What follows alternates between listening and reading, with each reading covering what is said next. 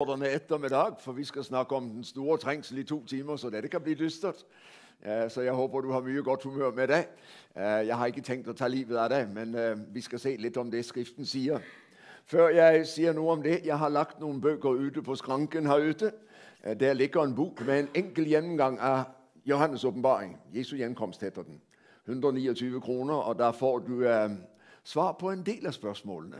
Ikke alle, men en god del af spørgsmålene, og hjælp til at forstå, hvad er det egentlig, som menes med alt det rare, som står i Johannes åbenbaring. Så ligger der en liten bog, som hedder Så siger Herren, hvor jeg har taget for mig alle profeterne i det gamle testamente. Altså lidt af forudsætningen for Johannes åbenbaring.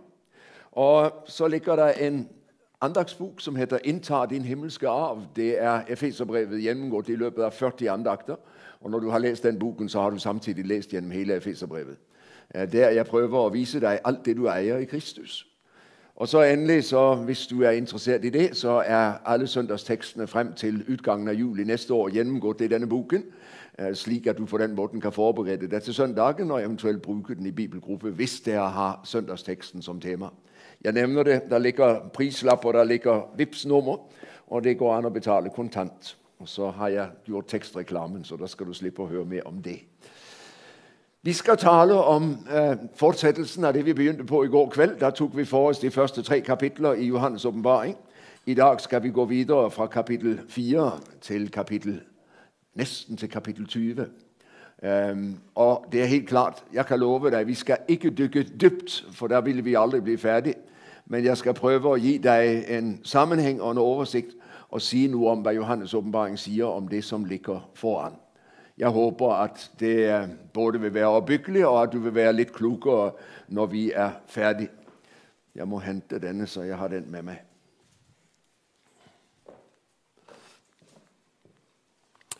I går så vi altså på kapitel 2 og 3, og vi læste fra kapitel 1, at bogen var inddelt i 2 deler, det som er nå, og det som skal komme herefter.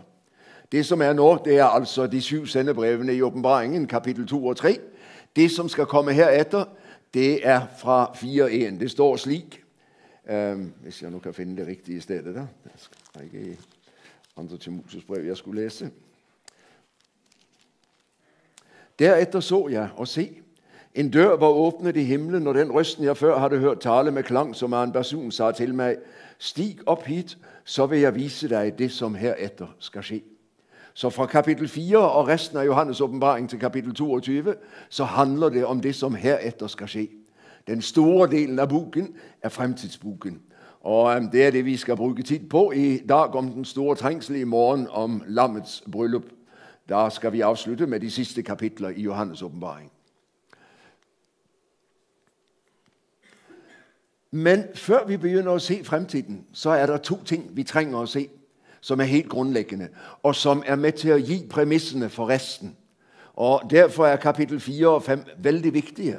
For får du ikke tag i dem, så bliver det bare skræmmende. Men får du tag i kapitel 4 og 5, så har du fået lagt et grundlag af tryghed, som gør, at du har mod til at møde alt det forfærdelige, som skildres udover. Og vi skal se lidt på de 2 grundlæggende syn. Først i kapitel 4, så får vi høre i vers 1, at røsten jeg før havde hørt tale med klang, som af en basun sagde til mig, stig op hit. Og så står der i vers 2, i det samme kom ånden over mig, og se, i himlen stod det en trone, og det satt en på tronen. Det verset kan du gerne mærke dig og sætte en tyk stræk under. Jeg så og se, i himlen stod det en trone, og det satt en på tronen. Det er meget grundlæggende.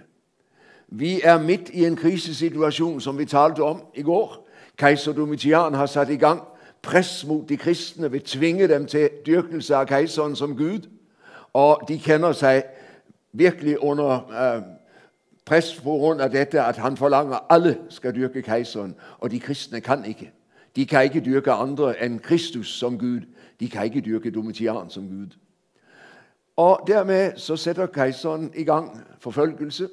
Han gør det ikke direkte på den måde, når han selv gør det, men han får sine prokonsuler til at tvinge de kristne til at ofre eller eventuelt miste livet. Og vi så i går, hvordan i Pergamon de første martyrerne allerede var kommet. Så det er tøft. Og det folk rundt omkring i Romerriget og kristne må opleve, er jo, at kejseren har magten. Han gør, hvad han vil, og vi er let bytte. Vi kan ikke forsvare os. Udefra set ser det ud, som om kejseren har magten. Derfor er det helt grundlæggende. Det Johannes får se, der han sitter i eksil på Patmos.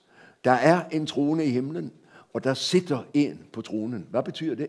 Det betyder, at Gud har magten. Det er helt grundlæggende gennem hele skriften, men ikke mindst i den nye pagt, at du og jeg får det med os. Gud har magten. Vi har læst og hørt det masser af gange. Missionsbefalingen, du kan den på rams. Men er ikke det rart? Du står søndag formiddag og bekender, jeg tror på Gud Fader, den almægtige himlen, så jorden skaber, og så går du hjem, og så er det som om du aldrig havde sagt det. Så stormer bekymringerne ind over dig, og så ser verden håbløs ud, og så er der vel ingen fremtid. Hvad står der i Matthæus 28:18? Der stod Jesus frem og sagde, jeg har fået al magt i himlen og på jorden. Ja, det er helt rigtigt, det ser ikke sådan ud. I 2. Korintherbrev 4 taler Paulus om Satan som denne verdens fyrste. Men det er ikke ham, som har magten. Han har magt, men han har ikke magten. Det er det Jesus, som har. Jeg har fået al magt. Han har ikke fået den ved at falde på knæ for djævlen, slik det står i Matthæus 4, ikke sandt? Fald ned og tilbe mig, så skal jeg give dig alt dette. Djævlen har nemlig ikke noget at give bort. Han har stjålet det alt sammen. Den, som har magten, det er naturligvis Gud. Og han har givet sønnen magten, fordi sønnen har offret sig selv på korset. Der sitter en på tronen. Det er helt grundlæggende, at du har det med dig tilbage i din hverdagsvirkelighed. Når du slår på nyhederne, når du læser avisen, Gud har magten. Havde du haft en bibel, så skulle jeg have bedt dig slå op i Apostelgjerningene 4:28. Men lad mig få lov at læse et lille afsnit, som er vældig interessant. Apostelgjerningene 4:28. Johannes og Peter har været for det høje råd, fordi de har helbredt den mand på tempelpladsen i Kristi navn. Så har Peter prægt, og dermed er de hentet ind, og nu bliver de altså pålagt og tie stille. De får ikke lov at sige et ord om Jesus mere.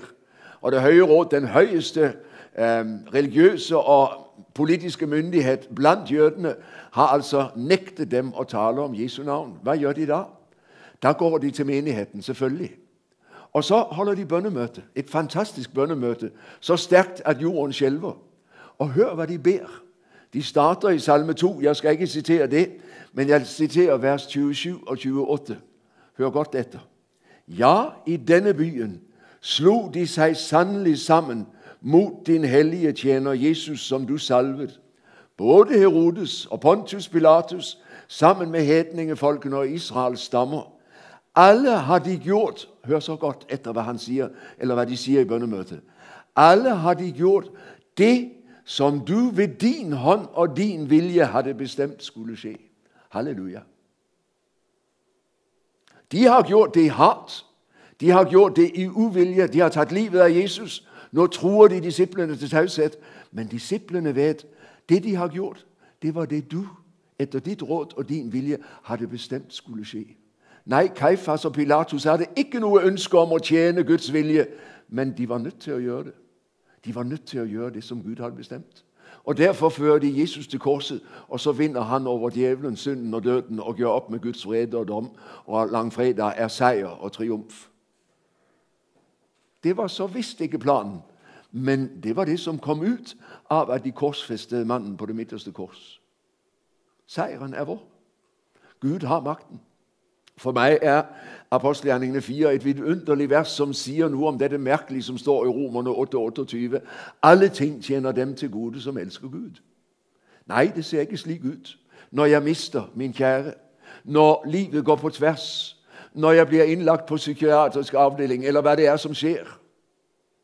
Alle ting tjener dem til gode, som elsker Gud. Menneskeligt talt ser det ofte modsat ud, men det er altså Guds triumf. Han bruger også det, som er vondt, og det, som slet ikke er hans vilje, til at fremme sin vilje. Så stor er han. Og derfor, når du ser på verden i dag, og synes, den ser skræmmende ud, så husk det. Det er Gud, som har magten, og han er i færd med at gennemføre sine planer. Nej, det ser ikke slik ud, men det er det, som sker. Og for hver dag, der går, så er vi et skridt nærmere det øjeblik, der alt er blitt, som han ville det. Det er triumfen i kapitel 4. Gud har magten. Gud sitter på tronen. Verdens magtcentrum ligger ikke i Washington, ikke i Beijing, ikke i Moskva. De kan tro, at de er store og stærke. I morgen er de borte. I dag så jeg, der stod på nettet, at han, tjetjeneren, som har været så aldeles forfærdelig, Kadyrov, nu ligger han i koma og er færdig med at dø. Det er menneskets skæbne. Om et øjeblik er det Putin og så alle de andre. For vi har ikke varig eksistens. Men han har magten. Og tag det med dig. Når jeg ved det, så ved jeg det vigtigste om verden. Magten er i Jesu hænder. Alt er honom underlagt. Det andre, du skal se, og som også er vigtigt, det er i forlængelse af ham på tronen. Der siges nu om ham i kapitel 5, vers 1. Jeg så og se, at han, som satt på tronen, havde en bokrulle i sin højre hånd. Det var skrevet både inde i og uden på den, og den var forseglet med 7 sejl. Der så jeg en mægtig engel, som råbte med høj røst, hvem er værdig til at åbne boken og bryte sejlene? Men hverken i himlen eller på jorden eller under jorden var det nogen, som kunne åbne boken eller se i den. Der gråd jeg sort, fordi ingen var fundet værdig til at åbne boken eller se i den. Men en af de ældste, som stod rundt Guds trone, sagde til mig, gråd ikke, for løven af Judas stamme, Davids rodskyt, har sejret og kan åbne boken og de 7 sejlene. Og jeg så et lam, som stod midt på tronen mellem de 4 skabninger og i kredsen af de ældste, og det så ud som lammet var slagtet. Det havde 7 horn og 7 øjne, og øjnene er Guds 7 ånder, som er sendt ud over hele jorden. Lammet kom og tog imod bokrullen fra den højre hånden til ham, som satt på tronen. Gud har magten. Gud har fremtiden i sin hånd. Denne bokrullen, det er Guds fremtid. Og den er stængt med 7 sejl, og vi så i går, at 7 er fuldstændighedens tal, ikke sandt? Så når den er stængt med 7 sejl, så er den fuldstændig lukket. Og når Johannes ser sig om efter nogen til at åbne den, så finder han ingen, ikke blandt englene, ikke blandt menneskene, ikke blandt dæmonerne. Ingen er i stand til at åbne boken. Alt tilsiger, at den forbliver stængt. Nej. En af de ældste fra Guds trone kommer til Johannes og siger, gråd ikke, for løven af Judas stamme, han har sejret. Og så ser han løven. Hvad ser han? Han ser et slagtet lam. Og vi er i det gamle testamente. Løven af Juda, det var David, ikke sandt? Det var Juda selv. Vi møder ham i Jakobs afsætssang i 1. Mosebog, kapitel 49. Løven af Juda, det er Kristus. Men Kristus er samtidig det slagtede lam. Han er den, som har offret sig selv på Golgata. Så her er Johannes åbenbaring fuld af symbolsprog. Det er Jesus, det drejer sig om. Han har sejret. Og han kan gå og tage bokrullen af Guds højre hånd og åbne den. Og det betyder, at fremtiden kan begynde at udfolde sig. Den fremtid, som synden havde stængt, den åbner sig i Kristus. Ja, for det er synden, som har lukket Guds fremtid. Mennesket blev vist ud af paradis, ud af Edens hage. Faldet førte til, at vi blev sat uden for Guds fremtid. I Abraham begiver Gud sig på vej mod sin fremtid.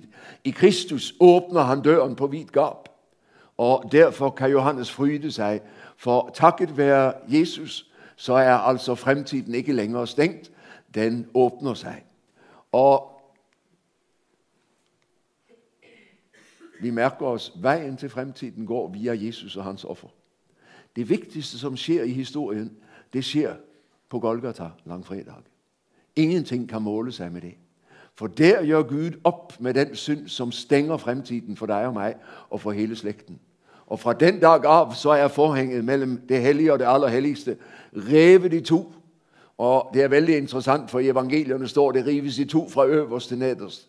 Jeg synes, jeg ser Guds usynlige hænder, som drar det fra hverandre og siger, vejen er åben, vær så god, du kan gå ret ind. Kristus har sejret. Så i kraft af Jesu Golgata-offer, så ejer du og jeg fremtiden. Så er vejen åben for enhver, som følger Jesus. Og det er det, Johannes åbenbaring siger. Helt frem til det øjeblik, da Herren har gjort alle ting nye. Fra Golgata af er vi på vej mod fremtidens fuldbyrdelse. Bare i kraft af ham ejer vi håb. Jeg fik en herlig telefon nu ret før vi skulle begynde. En god veninde, som ringte og fortalte mig, at hendes veninde, som har slidt mye med at gribe dette, at der virkelig er frelse i Jesus alene. Hun havde siddet i går og set på kanal 10, og jeg havde holdt andagt, og pludselig var lyset gået op for hende. der bliver du taknemmelig. Og få lov at tale så enkelt om Jesus, at folk skjønner, det holder, det bærer, det er nok. Men det gør det. Og det er det, Johannes åbenbaring siger på sin symbolske måde i dette billede. Det Jesus har gjort, er nok til, at fremtiden er din og min. Du skal ikke lægge noget til. Du skal slippe at bygge noget på. Det holder. Jesus er nok. Det ene offer, skriver Hebræerbrevets forfatter i Hebræerne 10:14. Det ene offer har for altid gjort dig og mig fuldkomne, vi som helliges ved troen på Jesus. Er ikke det fantastisk? På grund af Golgata er jeg fuldkommen i Guds øjne. Det er evangeliets gave og frihed. Og det gør, at jeg skal ikke give mig til at læse det, men hvis du kommer hjem og læser fra vers 9 til 14, det siges i vers 8, da det tog bukken lammet, faldt de 4 skabninger og de 24 ældste ned for lammet. Hver af dem havde en harpe og guldskåler fulde af røkelse, det er de helliges bønner. De sang en ny sang. Værdig er du. Og så kan du selv læse resten af kapitlet. Det munder ud i en enorm lovsang, hvor der står, at hver skabning i himlen og på jorden og under jorden og på havet, ja, alt som findes i dem, hørte jeg sige, ham som sitter på tronen, ham og lammet, være tak og ære, pris og magt i al evighed. Golgata udløser en total lovsang i skaberværket, for hele skaberværket ved, når er forløsningen på vej. Friheden, som du læste om. Vi er på vej mod frihedens dag. Og alt ejer vi i Kristus, den friheden. Den er skænket os ved troen. Dermed har Johannes sett det, som gør, at han kan tåle at se fremtiden, og at du og jeg kan tåle det. Gud har magten, Jesus ejer fremtiden, og han har åbnet vejen til den. Fra kapitel 6, vers 1, får vi se, at bokrullen åbnes. Fra kapitel 8, vers 1, når det sidste sejl brydes, så får vi se, at bokrullen rummer 7 basuner. Og fra 8.1 og resten af Johannes åbenbaring, så drejer det sig egentlig om de 7 basuner, som blåses i. Og så viser det sig, at den 7. basun indeholder en enorm række begivenheder, som vi møder fra kapitel 12 til kapitel 22. Johannes åbenbaring er bygget op slik. 7 sejl, det sidste sejl, 7 basuner. Den sidste basun, blandt andet de 7 vredeskåler, helt frem til det nye Jerusalem. Så her er en stigning, og samtidig så ser vi de samme begivenheder om igen og om igen. Så Johannes åbenbaring har en mærkelig form, for på den ene side er det tydeligt, der er stigning, og samtidig føres vi allerede i det 6. sejl, helt frem til kanten af stupet, der hvor den gamle verden er i færd med at afvikles. Så vi er helt fremme, og så føres vi et skridt tilbage, og så får vi se en ny begivenhedsrække. Og på den måde udfolder Johannes åbenbaring sig. Det du skal mærke er, at her fra kapitel 6 og til kapitel 11, så er det Gud, som er den handlende. Gud er i færd med at løse ud en begyndende dom over verden fra påske og pinse. Så er dommen allerede i funktion. Og så fortæller Johannes åbenbaring, at i trængslerne, som går over jorden, så handler Gud med slægten for at vække den og kalde den til omvendelse. Der er både en doms- og en nådelinje ud over Johannes åbenbaring på den måde, at dommen er allerede i færd med at udfolde sig her i tiden. Men i det Gud tillader, at det onde får lov at udfolde sig, så kalder han hele tiden menneske til frelse. Så lyder evangeliet om igen og om igen, fordi Gud vil, at alle mennesker skal blive frelst. Og jeg tænker på det vi har oplevet denne sommeren. Jeg kørte op igennem i Hallingdal, forbi disse steder, hvor flommen havde taget med sig jordrasene, og husene lå som pindeved. Det eneste du så, det var tagene, som lå igen. Det er dramatisk. Vi har læst om brander, som har taget tusinder af liv. Nu har vi set i Libya 20.000 mennesker forsvundet i løbet af en nats flom. Og jeg tænker ved mig selv, hvad siger alt dette? Siger ikke det, lille menneske, se hvor lite du er. Se hvor lite du har at stille med. Og forstå, at du må søge en stærkere magt end din egen, hvis du skal have håb om overlevelse. Og så kalder Gud altså gennem naturkatastroferne mennesket til at vågne og til at søge ham, mens det er tid. Og samtidig lader han evangeliet lyde for at sige til slægten, der er endnu mulighed. Frelsesdøren står fortsat åben. Gå ind ad den, mens den er åben. Jeg tror, det er nu i den retning, du er nødt til at forstå det, som kommer her fra Johannes åbenbaring 6, For vi ser altså, det er himlen, som har initiativet. Vi skal se fra kapitel 12, at den onde magt er i virksomhed, at Satan er i virksomhed. Men i disse første kapitlerne, så står det, jeg så lammet bryde det første af de 7 sejlene. Jeg hørte en af de 4 skabningene foran Guds trone råbe med røst som et tordenbrak. Kom! Da lammet brød det andre sejle, det 3. sejle, det 4. sejle. Det er lammet, som bryder sejlene. Det er Gud, som sætter sine planer i værk. Han åbner for afviklingen af den gamle verden, for at den skal give plads for den nye. Og dermed så er det, vi oplever, både ondskaben, som er i virksomhed, men det er altså også Gud, som er i virksomhed. Gud i sin vrede til dom, og i sin nåde kalder han slægten til frelse. Jeg har noteret mig Matthæus 24, 4-14. Der læser du om indgangen til afslutningen, slik Jesus taler om den i sin store endetidstale. Han nævner en lang række tegn, krig og rygter om krig og storm og jordskælv og så videre, og siger, dette er begyndelsen på rigerne. Så det er helt tydeligt, det tager tid. Og hele vejen, så vil altså fødselsrigerne, den gamle verdens dødsrige og den nye verdens fødselsrige, være under udvikling. Det går parallelt. I Romerne 1, 18-31 sitter Paulus i Korint, og er vidne til, hvordan en syndig storby udfolder livet sitt. Korint var berygtet som det sted, hvor det virkelig var frit frem for alle lyster, og hvor alt var tilladt. Man snakket om at leve på korintisk. Og så skriver han i Romerne 1, 16, for jeg skammer mig ikke ved evangeliet, for det er en Guds kraft til frelse for enhver, som tror. For i det åbenbares Guds retfærdighed, at tro til tro, som skrevet står, den retfærdige ved tro skal han leve. I evangeliet åbenbares Guds frelsende retfærdighed, siger Paulus i Romerne 1, 16 og 17. I Romerne 1, 18 siger han, fra himlen åbenbares Guds vrede over al ugudelighed og uret hos mennesker, som holder sandheden af det uret. Gud er i arbejde i verden på 2 måter, siger Paulus. Han er ute for at frelse gennem evangeliet. Derfor sender han ud mennesker, som forkynder evangeliet. Derfor skabes den kristne forsamling. Vi er fyrtårnet midt i en mørk verden, som siger, her er håb. Men parallelt med det, så åbenbares Guds vrede fra himlen over al ugudelighed og uret. Hvordan sker det? Jo, siger Paulus, du kan læse selv, når du kommer hjem i Romerne 1. Gud giver dem hen i deres lyster, så de vandærer hverandre. Gud giver dem hen i synden. Gud tillader dem at få lov at leve ud sit Guds oprør og sin synd. Og hvad er syndens løn? Romerne 6:23. Syndens løn er døden. Så Gud arbejder for at frelse, men Guds vrede er altså også i virksomhed til dom. Der hvor mennesker ikke vil lade sig frelse, der lader Gud dem få lov at køre sin vej til ende, og det ender i forfærdelse.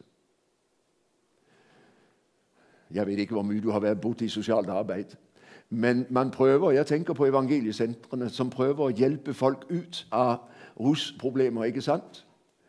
Ja, nogen lader sig hjælpe, og nogen siger nej tak. Og så kører de der, indtil overdosen er et faktum, og livet er slut, ikke sandt? Syndens løn er døden. Så her er 2 linjer, som hele tiden går parallelt i slægten. Gud i hans nåde, og Gud i hans vrede. Dommen er ikke bare noget, som kommer ved slutten af tilværelsen. Dommen er allerede i gang. Og et hvert menneske står i valget mellem dette. Skal jeg give rum for Guds nåde, eller skal jeg lade Guds dom falde i slag i livet mitt? Det er spændingen. Det første sejl, det er en hvid rytter, som drar ud til sejr over hele jorden. Sandsynligvis det, som Jesus siger i Matthæus 24:14. Evangeliet om riket skal forkyndes for alle folkeslag. Gud lader evangeliet gå ud, for han vil, at alle skal blive frelst. Så følger det andre, det 3. og det 4. sejl i rask rækkefølge. Det drejer sig om krig, det drejer sig om dyrtid, og det drejer sig om pest og død. Vi ser, hvordan katastrofen er, altså som Jesus sagde, der skal høre krig og rygter om krig. Dette er begyndelsen på fødselsrigerne. Allerede er Guds dom under udfoldelse. I det 5. sejl, så møder vi, jeg læser fra vers 9 kapitel 6, så jeg under alteret sjælene til dem, som var blevet slagtet for Guds ords skyld og for sit vitnesbyrd. De råbte med høj røst, Herre, du hellige og troværdige, hvor længe vil du vente, før du holder dom og lader straffen for vort blod komme over dem, som bor på jorden? Der fik hver af dem en hvid kappe, og det blev sagt dem, at de skulle holde sig i ro endnu en liten stund, til tallet på de medtjenere og søsken, som skulle blive dræbt som dem, var fuldt. En linje i hele endetidsdramaet, det er forfølgelsen af Guds menighed. Jesus siger det, om nogen vil følge mig, må han tage sit kors op. Hvad var korset? Det var torturredskab, og det var henrettelsesredskab. Og dermed har Jesus sagt det vældig tydeligt. At sige ja til at følge mig, det er at sige ja til problemer. For de kristne kommer til at være hårde i suppen. De kommer ikke til at blive tålt. Og her siger altså det 5. sejl, en del af endetiden, det er kristenforfølgelsen. Det må du regne med. Det 6. sejl, der er vi som sagt helt fremme på kanten af stupet. Der ser vi, at verden holder på at afvikles. Det står på den måde, når man får lov at læse lidt fra vers 12. Og jeg så lammet bryde det 6. sejl, der kom det et stort jordskælv. Solen blev svart som en sørgedragt, fuldmånen blev som blod, og stjernerne på himlen faldt ned på jorden, som når umodne frugter drysser af et fikentræ i storm. Himlen revnede og rullede sig sammen som en bugrulle. Hvert fjeld og hver øj blev flyttet fra sit sted. Vi er altså inde i selve afslutningsfasen, den gamle verden under afvikling, og i færd med at give rum for den nye himmel og den nye jord. I den sammenhæng møder jeg det værste bønnemøde, jeg nogle gange har hørt om og kommer til at høre om. For det står i vers 15, jordens konger, store mænd og herførere, de rige og de mægtige, hver slave og hver fri, alle gjemte de sig i huler mellem berghamre, og de sagde til fjellene og berghamrene, fald over os og skjul os for ansigtet til ham, som sitter på tronen, og for vreden fra lammet, for den store vredesdagen er kommet, og hvem kan da blive stående? Så i løbet af det, at bokrullen åbnes, så føres vi altså helt frem til den store dramatiske afslutning, og til det store spørgsmål, hvem kan da blive stående? Og det er helt tydeligt, at de, som her holder bønnemøder og beder til fjellene og til berghamrene, de har ikke nu håb. De har mistet et hvert håb. Vi skal komme tilbage i morgen formiddag til svaret på det spørgsmål, for det kommer i kapitel 7, men vi gemmer det til i morgen, den store hvide flok. Når vi så i kapitel 8 møder den 7. basun, eller det 7. sejlet, da lammet brød det 7. sejlet, blev det stille i himlen omkring en halv time, så viser det sig i vers 2, jeg så de 7 englene, som står frem for Gud, og det blev dem 7 basuner. Det 7. sejl, 7 nye begivenhedsrækker. I de 7 sejlene, så får vi høre, at en fjerdedel af verden er berørt. Hvis du ser i kapitel 6, vers 8. Jeg så og se en gulblæk hest. Rytterens navn var døden, og dødsriget fulgte med ham. De fik magt over fjerdedelen af jorden. Når vi kommer til de 7 basuner, så får vi høre her i vers 7. Den første englen blåste i basunen. Der kom det hagl og ild blandet med blod, og det blev kastet på jorden. En tredjedel af jorden gik op i flammer, og tredjedelen af træerne brændte op sammen med alt det grønne græsset. Der er en stigning fra en fjerdedel til en tredjedel. Hvad drejer det sig om? Det drejer sig om dette, at Gud rammer mennesket i dets livsrum. Hvis du læser 1. Mosebog 1, skabelsesberetningen, så prøv at lægge mærke til, hvordan 7-dages beretningen, den bygger op med, at først skaber Gud lyset, så kalder han frem jorden af vandet. Der er vældig mye vand, men jorden kaldes frem af vandet. Så sørger han for, at jorden vokser op med grønne planter, og når huset er færdigt, så skaber han dyrene, fuglene og dyrene og fiskene, og når alt er på plads, og akvariet står i et hjørne af stuen, så skaber han mennesket, så siger han, vær så god, nu kan der flytte ind.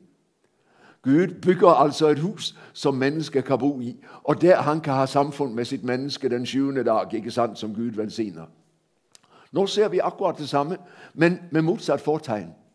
Her så rammes først jorden, så rammes havet, så rammes vandkildene, og så rammes hele rummet, solen og stjernerne, lyset minker. Så nu går Gud altså modsat vej, mens han i skabelsesberetningen lægger til rette for mennesket, så tager han nu ganske klart menneskets livsrum fra det, og indskrænker livsrummet. Det brænder op, det forgiftes, det ødelægges. Og jeg skal ikke trække det for langt, men når du tænker på hele klimadebatten, så er det vældig fristende at se, at nu er det, vi oplever i verden i dag, det er, at mennesket har ødelagt sit eget livsrum. Vi høster det, vi har sådd.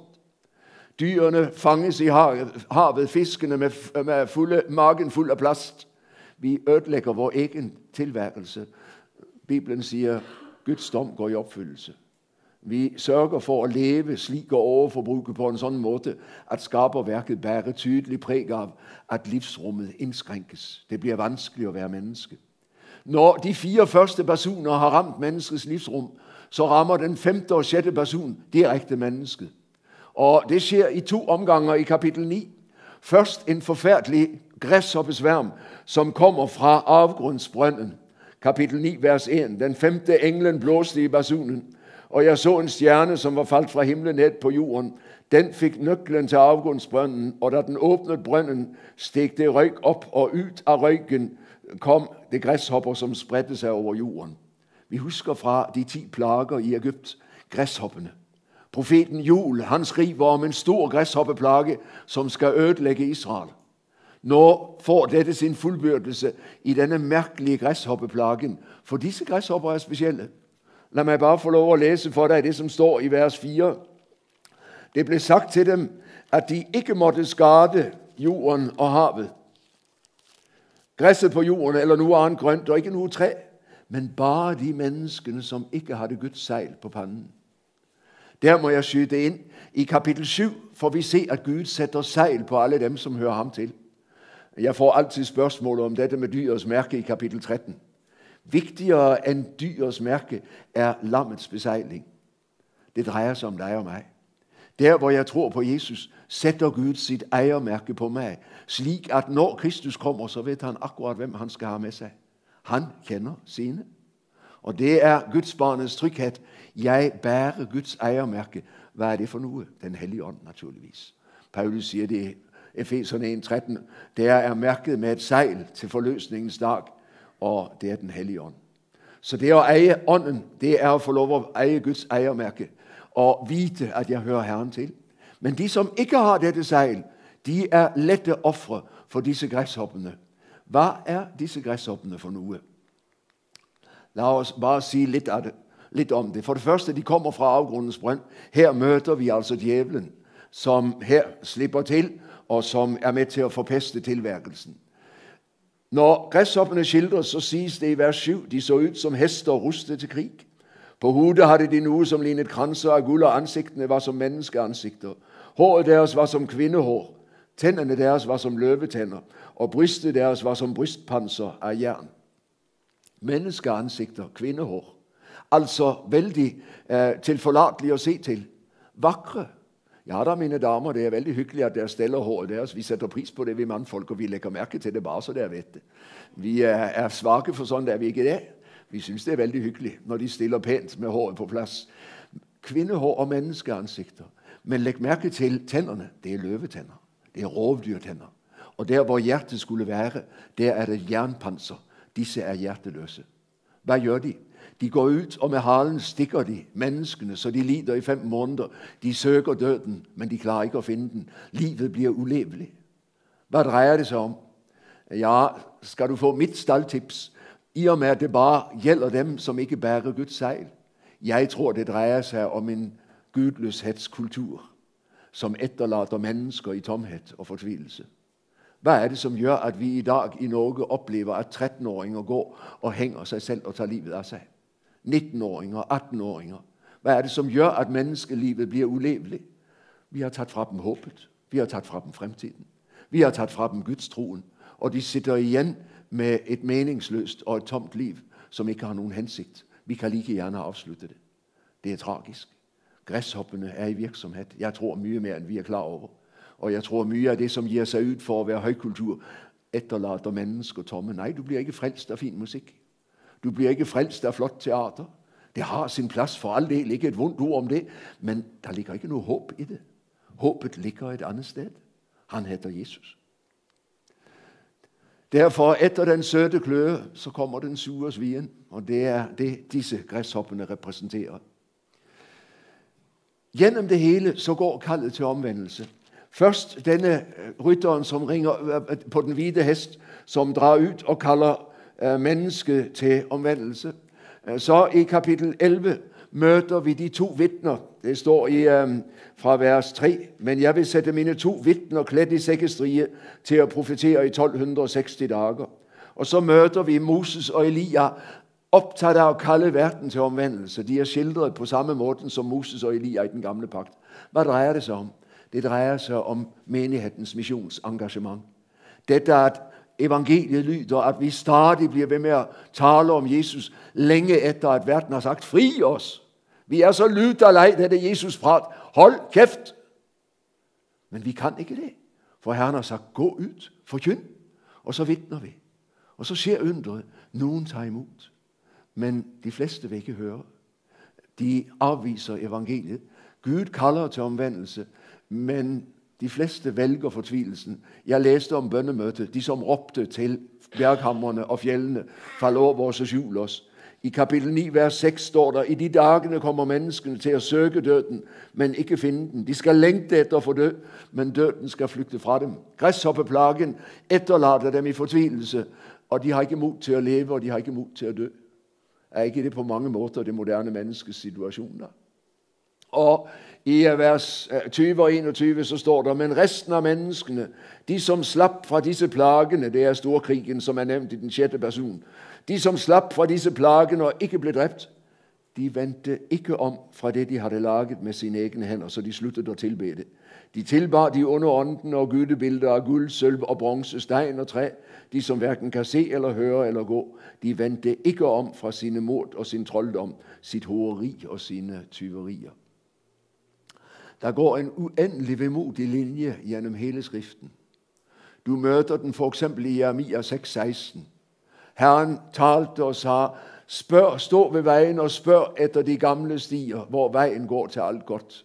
Men der sagde, vi vil ikke. En dag stod han uden for Jerusalem på Olieberget og gråd og råbte ud, hvor ofte vil jeg ikke samle der, som hønnen samler sine kyllinger. Men der ville ikke. Se, dager kommer over der, og så skildrer han Jerusalems undergang. Det er den uendelig tragiske situation, som skriften skildrer. Gud giver alt for at frelse. Han rækker ud armene hele dagen og råber til slægten, kom! Og storparten siger, nej tak, det er ikke interessant. Vi vælger at gå vores egen vej og ender i fortabelsen. Guds folk på den andre side deler kår med Jesus. Vi får lov at eje meningsfyldte i troen, men vi får samtidig klar besked om, at det kommer til at blive tøft. Det bliver modbakke og modvind. Ikke vent, at verden skal stryge der med hårene. Det kommer den ikke til. Og vi læste fra kapitel 6, det 5. sejlet, om de under aldret med tallet på dem, som skulle blive martyrer. Det skulle blive fuldt. Og i dag fyldes det op så godt det kan. De dræbes i Nordkorea, de dræbes i Nordnigeria, de dræbes i Vietnam, de dræbes i Afghanistan, de dræbes i Pakistan, de dræbes i Iran, de dræbes i Tyrkia. Over hele verden ser vi, hvordan kristen forfølgelsen raser, og hvordan mennesker mister troen for Jesu navns skyld. Det sker slik, som han har sagt. Om de 2 vidner, så står der, når de har fuldført sit vidnesbyrd, kapitel 11, vers 7, der skal dyret, som stiger op fra afgrunden, vi møder det i kapitel 13, føre krig mod dem, sejre over dem og dræbe dem. Ligene der skal blive liggende på gaten i den store byen, som åndeligt talt kaldes Sodoma og Egypt, der hvor deres herre blev korsfæstet. Mennesker af mange folk og stammer, tungemål og nationer skal se dem ligge der i 3,5 dag, og de skal ikke tillade nogen at begrave dem. Og de, som bor på jorden, skal glæde og fryde sig over deres skæbner og sende hverandre gaver. For disse 2 profeterne har det været en plage for dem, som bor på jorden. Ja, jeg tror, de 2 repræsenterer hele kirkens mission. Jeg tror, det er en del af symbolsproget i Johannes åbenbaring. 2 og 2 sendte han disciplene ud. Og ind i endetidssituationen, så er altså Guds menighed til stede med sit vidnesbyrd. Og så kommer den dag, da ondskaben omsider har fået has på kirken. Og hvor mange gange kirken har været dødsdomt i Dagbladet gennem årene, jeg ved ikke. Og så skriver de, nu er det bare gamle koner, som sitter igen. Men det forunderlige er, at der bliver ved med at være gamle koner. Tak og lov for det. Så kirken lever i bedste velgående. Det ser ud til, at den store trængsel skal føre til, at det bliver så trangt, at for menigheden så ser det ud, som om den går under. Det gør den aldrig. Men vi dør med Kristus, og vi opstår med Kristus. Og for folkeslagene, for alle de, som står Gud imod, så siger Johannes åbenbaring, der skal komme en dag, der det skal se ud, som om de har sejret. Som om de har klart at udrydde det kristne vitnesbyrd. Ikke tage fejl, men at være kristen og dele kår med Jesus. Vil du følge ham, så må du være indstillet på, at det kan komme til at koste modgang. Tiden frem til Jesu genkomst, den bliver trang. Vi må være vores del af verdens forgængelighed. Vi bærer sult og nød og sygdom og død, akkurat som verden for øvrig. Vi er ikke fritaget fra forgængeligheden. Der går ikke noget særtug gennem verden for kristne, som gør, at de undslipper de lidelser, som verden ellers oplever. Det ved vores trossøsken i Afrika. Når Kenya sulter, så sulter også de kristne. Når de sulter i Asia, så sulter også de kristne. I så måde er vi ikke spart. Men i tillæg, så må altså de kristne bære verdens forfølgelse. Så Jesus lover ingen rosenhage. Han siger, regn med, at det kan blive tøft. Ikke blive forskrækket.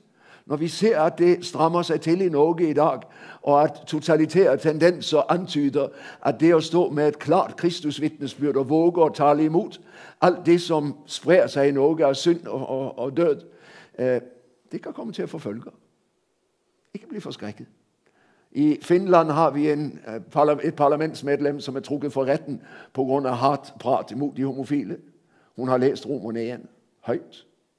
Vi er i en verden, som ikke er venlig over for evangeliet. Men det er nødvendigt, at vi er der. For hvordan skal verden ellers få høre evangeliet? Og så må du altså ruste dig, og vi må ruste os med den tanken. Ikke blive forskrækket. Det har Jesus sagt vældig tydeligt. Hvis du vil have rejse uden ubehageligheder, så find på noget andet end at være kristen. Men vær klar over, den som bærger sit liv i denne verden, han mister det. Så der er en dyr pris at betale, der også. Jesus har ikke lovet os noget andet. Han sagde, salige er der, pris der lykkelige, når verden forfølger der, når de hater og taler ondt om det. Jeg kan ikke tænke mig at blive hatet og talt ondt om. Men Jesus siger, den dag det sker, der skal du fryde dig. For det er tegn på, at Guds rige er dit. Så lad os ikke forundres, når vi ser, at det bliver trangere rum for kristentroen. Men bed om, at vi må bevare frimodigheden. Jeg nævnte dette bønnemøte i Apostelgjerningerne 4. Lad mig afslutte denne time med det. Hvad beder de om, Peter og Johannes og de kristne i menigheden i Jerusalem, når de kommer fra truslerne til det høje råd? De beder, giv os frimodighed til at vidne om Jesus. De beder ikke, Herre, lad os slippe. Lad os undslippe. Lad os undgå at blive ofre for deres vrede. De siger, Herre, giv os større frimodighed, så vi våger at tale, også når vi ikke får lov, for vi kan ikke tie om det, vi har set og hørt. Okay, det var første delen. Vi skal tale videre om dette i andre delen fra kapitel 12 og utover. Ja, det er tøffe ting, men det er vældig nyttigt at realitetsorientere sig. Og samtidig fantastisk. Han sitter på tronen, og han har al magt. Han er mægtig til at bevare dig og mig igennem den tid af trængsel, som kommer over jorderike. Jeg er med der alle dager ind til verdens ende. Så lad den frimodigheden, tak for ordet du læste, når dette begynder at ske, så løft deres hoveder. Det er deres forløsning, som stunder til. Vi er på vej hjem, og om et øjeblik, så er vi der. Herre Jesus, vil du i nåde give os den frimodigheden, som de første kristne havde. At vi ikke beder om at slippe let, men Herre, at vi beder om frimodighed til at repræsentere dig i denne tid. Tak, at du har betrudt os at være dine vidner i Norge, anno 2023. Fyld os med din hellige ånd, og hjælp os til at være frimodige vidner, der du har sat os. Amen.